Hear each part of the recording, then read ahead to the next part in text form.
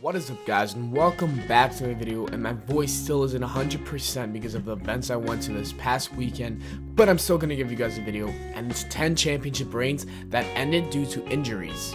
Number 10, Sasha Banks. Sasha Banks is the first of two on this list who lost their titles recently over this past weekend. Just 1 month ago, Sasha Banks finally defeated Charlotte to win her first women's championship, and everyone was soaking it in. It was her moment, and we thought we were going to see a very long title reign. Personally, I believe that she was going to hold it until WrestleMania 33 and then drop it to Bayley, which would have been a great match. But an injury ended those dreams. Sasha Banks has been dealing with back pain and injuries and needed 2 months off to heal. So after her classic match with Charlotte at SummerSlam, she dropped the belt back to Charlotte and Bayley finally made her debut. I'm really interested to see what happens next for Sasha Banks.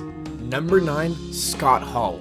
Everyone knew that Scott Hall had everything it took to be a superstar in the wrestling world. The year 1999 was supposed to be his prime time of his career. Unfortunately, injuries had to put a halt to that. During Super Brawl 11, Scott Hall would win his first United States Championship from Roddy Piper. Shortly after winning the title, he had to relinquish the title and he was sidelined for 8 months with a foot injury. Upon making his return, Hall and Nash would capture the WCW tag titles, but another injury to Hall would force him to vacate the title.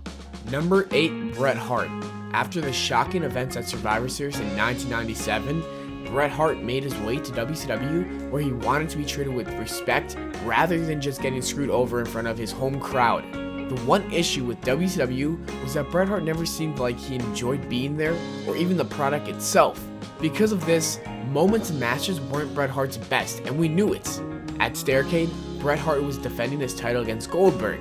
During the match, Goldberg kicked Bret Hart straight to the head, and it caused a severe concussion with even post-concussion syndrome. Hart finished the match, but later he gave it up and retired from the wrestling world.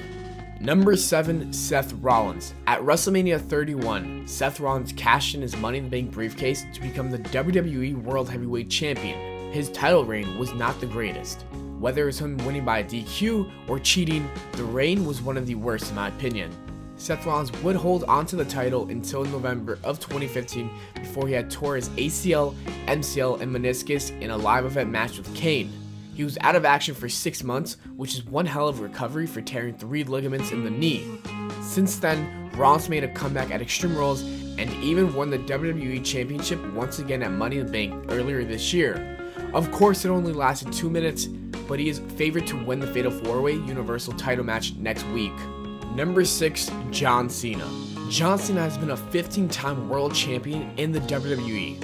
His first world championship win was at WrestleMania 21, and his most recent win was at the ladder match at Money in the Bank 2014. One of my favorite John Cena world title run was in 2006 when he defeated Edge in that incredible TLC match we'll never forget. John Cena was the champion for more than a year, defeating guys like Umaga, Randy Orton, Big Show, Booker T, and many more.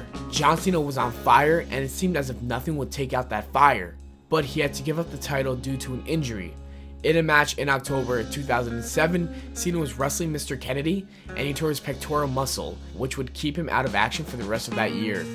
Number 5, Shawn Michaels. In 1996, there was not a better wrestler than Shawn Michaels. The guy could have a good match with anyone and anything.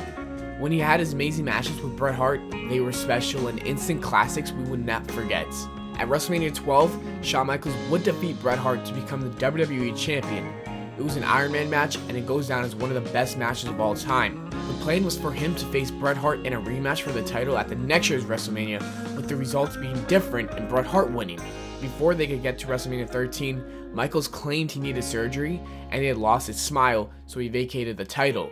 Still to this day, we're unsure if this is HBK's ego getting to him or a legit injury, but for the video's sake, we'll believe Shawn Michaels. Number 4, Stone Cold Steve Austin. Before Stone Cold Steve Austin was a megastar who had become one of the biggest icons in WWE history, he was making his way up the ladder to the top. He would win the tag team championships with Dude Love and even Shawn Michaels. Stone Cold would go on to feud with the Hart Foundation, and the end of the feud was set for SummerSlam 1997. It was Stone Cold versus Owen Hart for the Intercontinental Championship. During the match, Owen Hart ended up botching a piledriver and Austin's neck broke.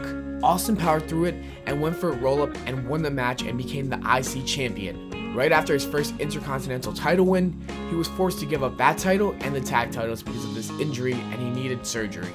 Number 3, Finn Balor. Finn Balor is the most recent addition to this list, and it makes me real sad because this whole weekend I was feeling many different emotions. On Sunday, I watched in person Finn Balor win the Universal Championship, and I was so happy and I was stoked for him. One night later, I see him giving up the title to Mick Foley, and I went from being real happy to proud of Finn Balor winning the title and chanting "Thank you, Finn." I literally had goosebumps. He was destined for great things, and he was on the top. This was his time, and a shoulder injury put that all to a halt. Finn Balor did say once he makes his return, he will win the title back, and I really hope he's right because he truly deserves it. I want to see Finn Balor return at the Royal Rumble as either 1 or 30 and win the Royal Rumble, and at WrestleMania win the Universal Championship. Please WWE, do not f this up. Number 2, Edge. Edge has a similar situation with Bret Hart, where not only did he have to give up the title and cut his reign short, but also had to retire from wrestling altogether. Throughout Edge's career, he was always a risk taker, where he would do insane things during TLC matches. However, many were unaware how much his body has taken from all the years of pain. Edge successfully defended his title against Alberto Del Rio at WrestleMania 27, and just 8 days later, he had to relinquish his title. Once we saw him crying, we knew he was not going to give us good news. But what better way to go out than leaving as a champion and on the top? Number 1, Daniel Bryan. Daniel Bryan was the ultimate underdog heading into WrestleMania 30. After realizing that WWE fans were fully over Daniel Bryan at the Royal Rumble in 2014, WWE decided to pull the trigger and give Daniel Bryan a push. He would defeat Triple H in the opener at WrestleMania 30 and beat Orton and Batista to become the WWE World Heavyweight Champion, and ended WrestleMania in one of the greatest feel-good moments. Fast forward to a month later, and the neck surgery would end that championship run. After working so hard to be on top, Daniel Bryan had to let it go, and fans were devastated. Once Daniel Bryan returned, he captured the IC title, but due to a career-ending injury, he had to vacate that title. As always, thanks for watching the video, guys. I hope you all enjoyed. If you did, leave a like and subscribe for more. Don't forget to follow me on Twitter at WWE Plano. Also check out my other channel, Official Life Facts. Take care and spike your hair.